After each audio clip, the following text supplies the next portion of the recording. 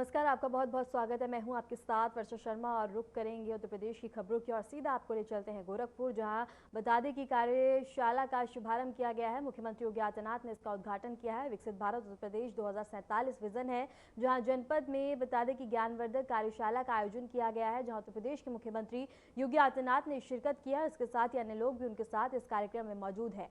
गोरखपुर से ये तस्वीरें हम आपको दिखा रहे हैं, जहां उत्तर प्रदेश के मुख्यमंत्री योगी आदित्यनाथ ने कार्यक्रम में शिरकत की है। विकसित भारत उत्तर प्रदेश 2047 विजन और गोरखपुर में कार्यशाला का शुभारंभ, और इसके साथ ही उत्तर प्रदेश के मुख्यमंत्री योगी आदित्यनाथ ने उसका उद्घाटन किया है, जहां उन्होंने कार्यक्रम में शिरकत की है। और ये तस्वीरें में आप देख सकते हैं, उत्तर प्रदेश के मुख्यमंत्री योगी आदित्यनाथ कार्यक्रम में मौजूद हैं, जहां अन्य लोग भी उनके साथ मौजूद हैं। और गोरखपुर में कार्यशाला का शुभारंभ किया गया, जिसका उद्घाटन उत्तर प्रदेश के मुख्यमंत्री योगी आदित्यनाथ ने किया है, और इस वक्त वो कार्यक्रम में मौजूद हैं।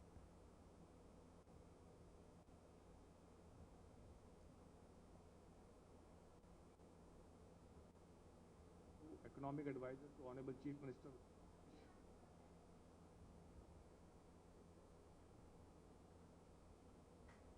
और ये तस्वीरें हम आपको गोरखपुर के दिखा रहे हैं, जहां उत्तर प्रदेश के मुख्यमंत्री योगी आदित्यनाथ ने कार्यशाला का उद्घाटन किया है, जहां वो इस वक्त कार्यक्रम में मौजूद हैं। और इसके साथ ही वो आगे क्या कुछ कह रहे हैं, आइए आपको सुनवाते हैं। तो उसी समय मुझे एक निमंत्रण मिला था 3 देशों का, सिंगापुर, थाईलैंड और म्यांमार का। म्यांमार में एक इंटरनेशनल बुद्धिस्ट समिट था, उसमें मुझे भाग लेना था। भारत सरकार ने मुझे कहा कि इसमें आप जाइए और इस कार्यक्रम में भागीदार बनिए। तो मैं उन कार्यक्रमों में भागीदार बनने के लिए गया। तो मुझे वहां पर थाईलैंड में 2017 की मैं बात कर रहा हूं, थाईलैंड में वहां के कॉमर्स मिनिस्टर से मेरी मुलाकात हुई, चर्चा हो रही थी। इसके बाद जापान के एक डेलीगेशन से मेरी मुलाकात हुई, उनसे भी मेरी चर्चा हुई। मैंने इसी बात को लेके कहा, क्योंकि थाईलैंड में तो उत्तर प्रदेश के बहुत सारे लोग, पूर्वी उत्तर प्रदेश की बहुत बड़ी आबादी वहां पे रहती है। और एक समय था जब वहां की करेंसी भारत की करेंसी से कम हुआ करती थी, यानी उसकी कीमत कम हुआ करती थी। आज उसकी कीमत ज्यादा हो गई है, भारत की कम है। कारण क्या है? जापान की कहानी आप सबके सामने है। जापान 1946 में सेकेंड वर्ल्ड वॉर में लगभग तबाह हो गया था, लेकिन एक जापान कैसे दुनिया का विकसित जापान बन गया, ये कहानी हर जवान पर है। ये सीखने की भी है, जानने की भी है, और वर्तमान पीढ़ी के लिए एक नई प्रेरणा भी बन सकती है। जापान से मैंने ही पूछा, मैंने कहा भी आखिर आपकी इकोनॉमिक ग्रोथ का कारण क्या है, कैसे आपने इन चीजों को वहां पे कवर किया है। ये बात सामने आई, हमने मुझे बताया, उन्होंने कहा हमारे यहाँ इतने प्रोविंस हैं, हर प्रोविंस को हमने अलग अलग प्रोडक्ट के लिए उन्हें इस जिम्मेदारी को दी है। यही बात मुझे थाईलैंड ने भी बताई कि हमने इस रूप में अपने अपने यहाँ अलग अलग कार्यों के लिए, अलग अलग क्षेत्रों के लिए अलग अलग कार्यों को दिया है, अलग अलग प्रोडक्ट को हमने दिया है। उन लोगों ने उस पर काम शुरू किया, इनोवेशन को बढ़ावा दिया, अन्य चीजों के लिए भी हम लोगों ने इस प्रकार के कार्यक्रमों को आगे बढ़ाया। मैं उत्तर प्रदेश वापस जब आया 17 में ही, एक सप्ताह की विजिट थी, तो वापस आया। हम लोगों ने बचपन में सुना था, हम लोग सुनते थे कि हापुड़ के पापड़, मेरठ की रेवड़ी और गजक, आगरा के पेठा के बारे में। तो मैंने कहा ये तो सब खाने की चीजें हैं, अन्य चीजें क्या हैं? फिर मैंने मालूम किया, मैंने कहा यहां पे कुछ अन्य चीजें मुझे बताया गया कि हाँ सर, लखनऊ में चिकनकारी का काम बहुत महीन होता है, अब लगभग मृत प्राय से है, मार्केट नहीं है। भदोई की कारपेट अच्छी होती थी लेकिन मृत प्राय सा है। मुरादाबाद का पीतल का उद्योग था लेकिन मृत प्राय सा है। फिरोजाबाद का ग्लास हां था लेकिन मृत प्राय सा है।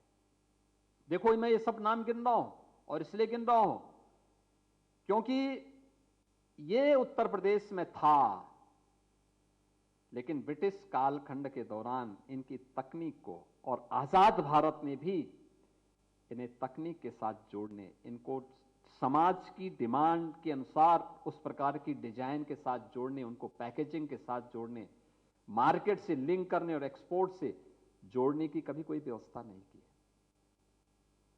तो मैंने एक कमेटी बनाई और कमेटी बना करके मैंने कहा भाई ये देखो उत्तर प्रदेश के अंदर 75 जनपद हैं, 75 जनपदों में देखो कितने प्रोडक्ट हमारे पास मौजूद हैं। 75 में से 57 जनपदों की यूनिक प्रोडक्ट मिली। याद रखना ये जो बड़े उद्योग लगते हैं, बड़े उद्योग के लिए एंकर यूनिट के रूप में कोई उनकी आधारशिला को पुख्ता कर सकता है तो वह सबसे अच्छा एमएसएमई का बेस होता है जो उत्तर प्रदेश के अंदर पहले से मौजूद था। लेकिन हतोत्साही था, निराश था, हताश था, लोग पलायन कर रहे थे, कारीगर भाग रहे थे। कहीं पॉल्यूशन कंट्रोल बोर्ड उन्हें परेशान करता था, कहीं पे कोई अन्य लोग उन्हें परेशान करते थे, कोई उनके पास चारा नहीं था। और जो भी देश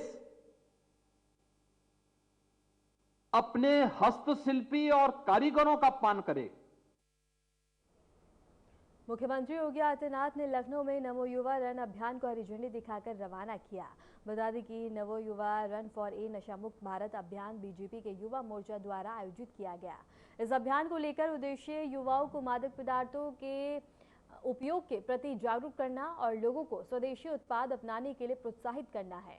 तो मुख्यमंत्री ने युवाओं से अपील की है कि वे इस तरह के कार्यक्रम में भाग लेकर न केवल स्वस्थ जीवन शैली अपनाएं बल्कि देश के विकास और राष्ट्र निर्माण में भी सक्रिय योगदान दें।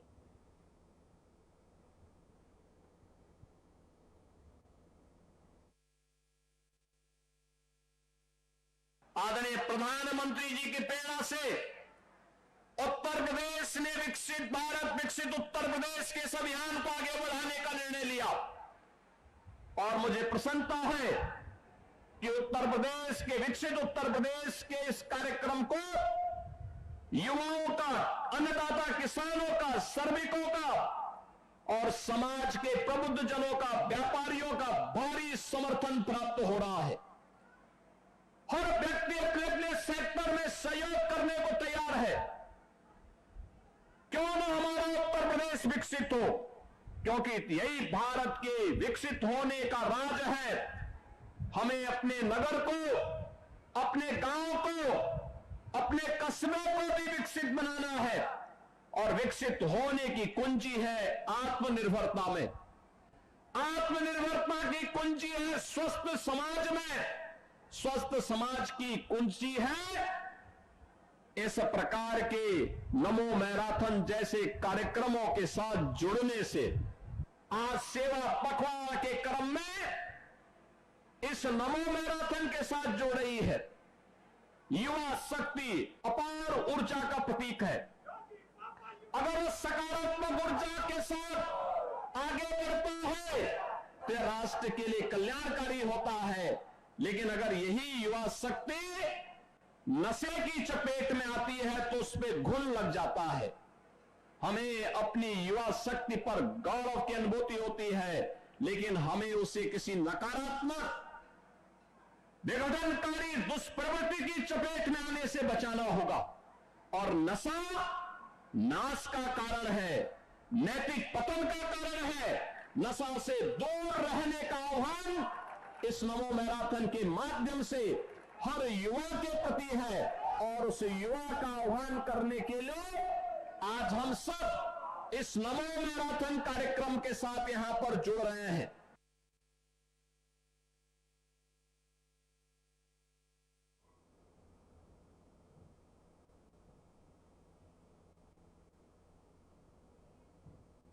फिलहाल रुकते एक छोटे से ब्रेक के लिए, बने रहे हमारे साथ।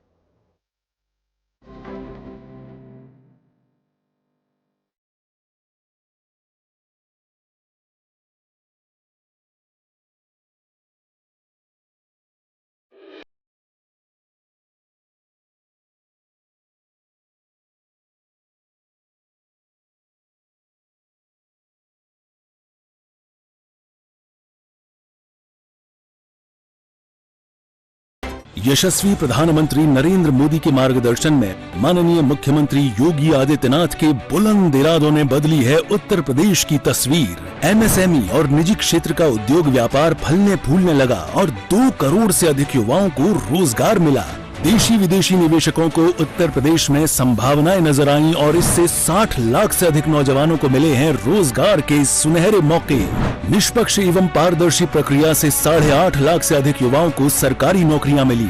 प्रदेश ने एक साथ 60,000 से अधिक पुलिसकर्मियों की भर्ती, 10 लाख से अधिक स्वयं सहायता समूह के माध्यम से 1 करोड़ से अधिक महिलाओं और बीसी सखी योजना के अंतर्गत 58,000 से अधिक महिलाओं ने रोजगार प्राप्त किया है। एक जनपद एक उत्पाद योजना से 30 लाख से अधिक और स्टार्टअप नीति के अंतर्गत 5 लाख से अधिक नौजवानों को मिला है रोजगार। युवाओं के हो रहे हैं सपने साकार। काम दमदार, डबल इंजन सरकार।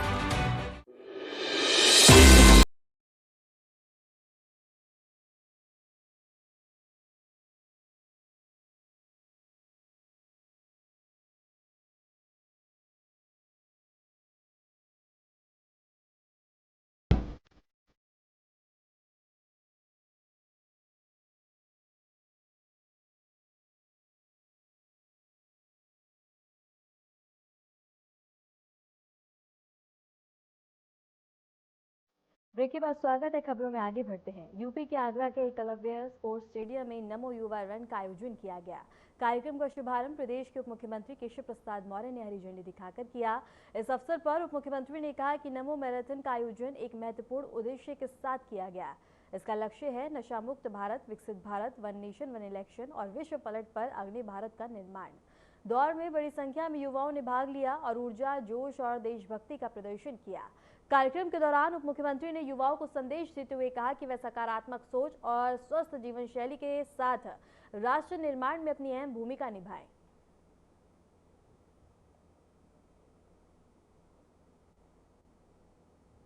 मैराथन का एक ही लक्ष्य है, विकसित भारत। नमो लक्ष्य का एक ही लक्ष्य है, वन नेशन वन इलेक्शन। नमो लक्ष्य का एक ही लक्ष्य है, विश्व का नेतृत्व करने वाला, आर्थिक सामरिक दृष्टि से दुनिया को दिशा देने वाला भारत। और आज लगातार ऐसे तमाम सारे विषयों को लेकर के माननीय प्रधानमंत्री नरेंद्र मोदी जी देश के युवाओं को आह्वान किया। हमारा देश का युवा बहुत परिश्रमी है, बहुत उत्साही है, बहुत प्रतिभाशाली है। इसीलिए कहा जाता है जिस ओर जवानी चलती है उस ओर जमाना चलता है। जिस ओर हमारा युवा चल पड़ेगा, इस विश्वास के साथ आज यह नमो मैराथन का आयोजन किया गया है। सफल मैराथन के लिए मैं भारतीय जनता पार्टी युवा मोर्चा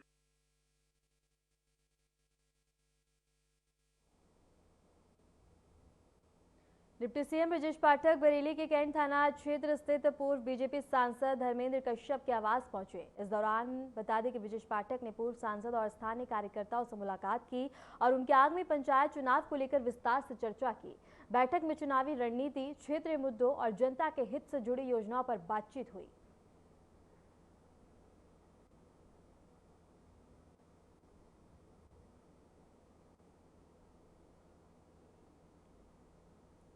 कैबिनेट मंत्री जयवीर सिंह ने तमिलनाडु के राज्यपाल आर.एन. रवि द्वारा तमिलनाडु की शिक्षा प्रणाली की आलोचना पर प्रतिक्रिया दी।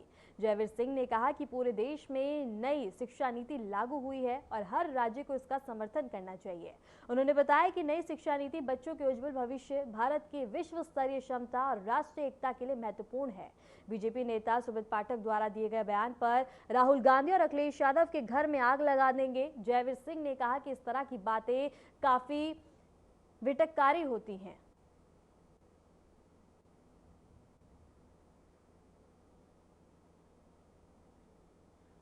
कि पूरे देश में नई शिक्षा नीति लागू हुई है, उसके अनुरूप हर राज्य को उसमें सहयोग करना चाहिए और वो बहुत व्यापक चर्चा के बाद, व्यापक अध्ययन के बाद, लंबे अंतराल से उसमें विभिन्न क्षेत्रों के भिन्न भिन्न विषयों के विशेषज्ञों की राय मशवरा के बाद नई शिक्षा नीति का शुरुआत हुई है। और मैं समझता हूँ कि ये तो वो नई शिक्षा नीति सारे राज्य अडॉप्ट कर लेंगे तो पूरे राष्ट्र की एकता अखंडता के लिए भी, बच्चों के उज्जवल भविष्य के लिए भी, और विशेष रूप से दुनिया में भारत की विश्व स्तरीय धमक चमक और योग्यता दक्षता क्षमता के आधार पर भी सक्षम भविष्य बन पाएगा, ऐसा मैं भरोसा।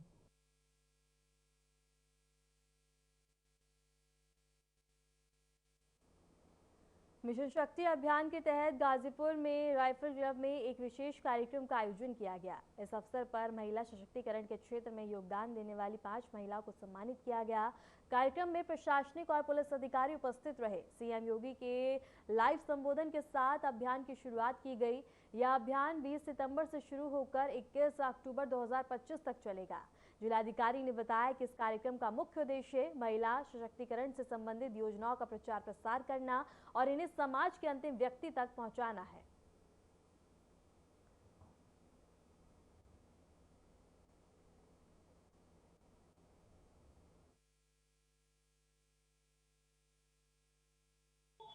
ये पूरे उत्तर प्रदेश में माननीय मुख्यमंत्री जी के द्वारा ये 2020 से ही मिशन शक्ति चल रहा है।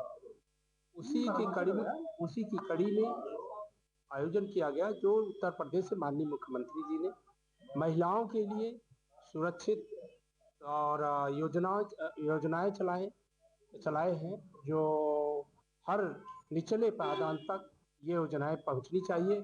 और सुरक्षा के लिए, महिलाओं को सुरक्षा के लिए उन्होंने कई नंबर चलाए हैं कि इस पर वो कॉल करें।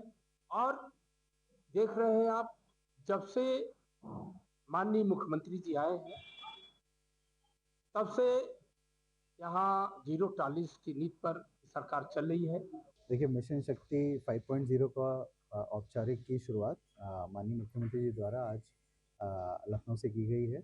इसका मुख्य उद्देश्य प्रदेश सरकार द्वारा जो महिलाओं के लिए विभिन्न प्रकार की योजनाएं चलाई जा रही हैं और मुख्यतः महिला सशक्तिकरण को लेके, चाहे वो आर्थिक सशक्तिकरण हो या किसी भी प्रकार का सशक्तिकरण हो, उनको केंद्र में रखते हुए जो योजनाएं चलाई जा रही हैं उसका प्रचार प्रसार करना और ऐसी कोई महिला यदि इन योजनाओं से छूटी हुई हैं तो उनको इंक्लूड करना और उनको एक सुरक्षा का माहौल और जिसमें वो खुलकर अपनी बात कह सकें, इसका प्रमुख उद्देश्य ये है।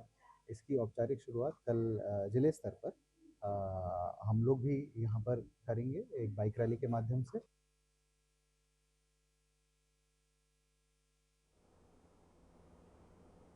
फिलहाल रुकते हैं एक छोटे से ब्रेक के लिए, बने रहे हमारे साथ।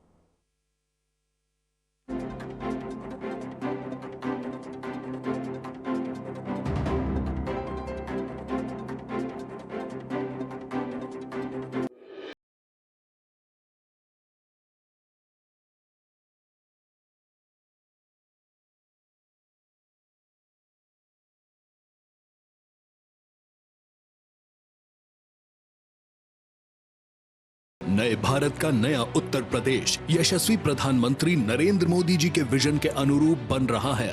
$1 ट्रिलियन इकोनॉमी। नया उत्तर प्रदेश औद्योगिक और व्यापारिक क्षेत्र में छू रहा है नित नई ऊंचाइयां। माननीय मुख्यमंत्री योगी आदित्यनाथ के नेतृत्व में समग्र व्यापारिक प्रगति का प्रतीक बनकर उभरा है UP international trade show. Greater Noida में 25 से 29 सितंबर 2025 तक किया जा रहा है यूपी इंटरनेशनल ट्रेड शो के 3य संस्करण का आयोजन। यूपी ITS के 3य संस्करण में देश विदेश के कई व्यापारिक प्रतिष्ठान लेंगे हिस्सा।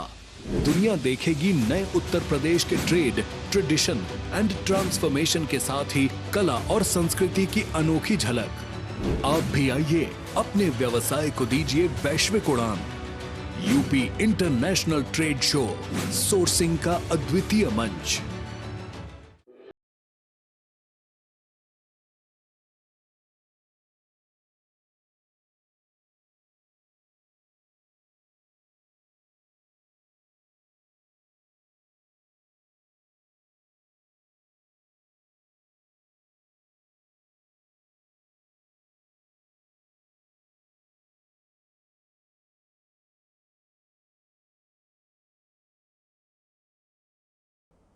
ब्रेक के बाद स्वागत है। खबरों में आगे बढ़ते हैं। रायबरेली में राहुल गांधी के काफिले के सामने मंत्री दिनेश प्रताप सिंह और उनके समर्थकों द्वारा विरोध प्रदर्शन करने के मामले में पुलिस के क्षेत्राधिकारियों में फेरबदल किया गया। मंत्री दिनेश प्रताप सिंह ने आरोप लगाया था कि विरोध के दौरान कुछ कार्यकर्ताओं द्वारा पुलिस कर्मियों के साथ अभद्रता और मारपीट की गई। इस घटना के बाद एसपी डॉक्टर यशवीर सिंह ने क्षेत्राधिकारियों के कार्यक्षेत्र में बदलाव किया। इसके तहत सीओ सिटी अमित सिंह को हटाकर लालगंज सर्किल की जिम्मेदारी दी गई। वहीं लालगंज में क्षेत्राधिकारी अरुण कुमार को नया सीओ सिटी नियुक्त किया गया। इसके अलावा सीओ गिरी शंकर त्रिपाठी को लालगंज से हटाकर डलमऊ सर्किल का कार्यभार सौंपा गया है।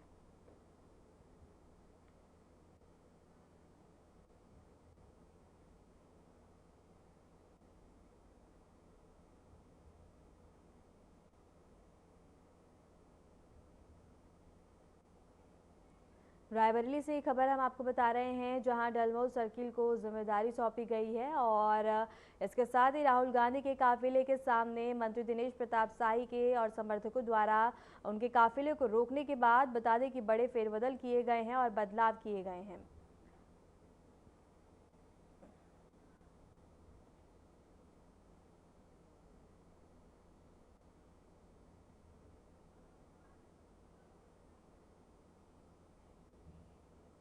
खबर बाराबंकी से है, जहां थाना मसौली क्षेत्र में पुलिस और अपराधियों के बीच हुई मुठभेड़ में महिला हत्याकांड का मुख्य अभियुक्त गोली लगने के बाद घायल अवस्था में गिरफ्तार किया गया। मुठभेड़ स्थल से बता दें कि पुलिस ने अवैध तमंचा और 315 बोर कारतूस और मोटरसाइकिल बरामद किए हैं। महिला हत्याकांड का दूसरा अभियुक्त को भी परिजनों की मदद से अब गिरफ्तार कर लिया गया है।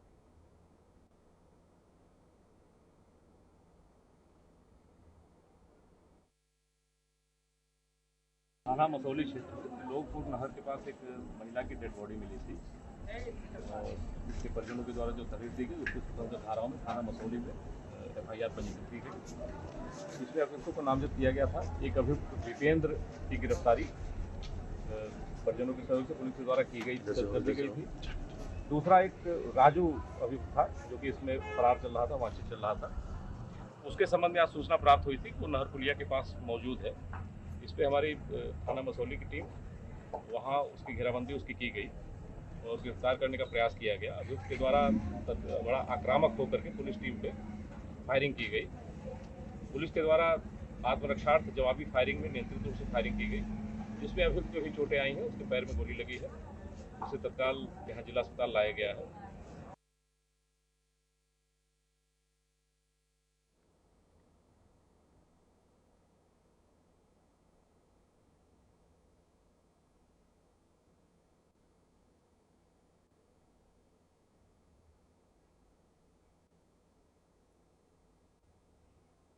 फिलहाल के लिए उत्तर प्रदेश की खबरों में इतना ही। नमस्कार।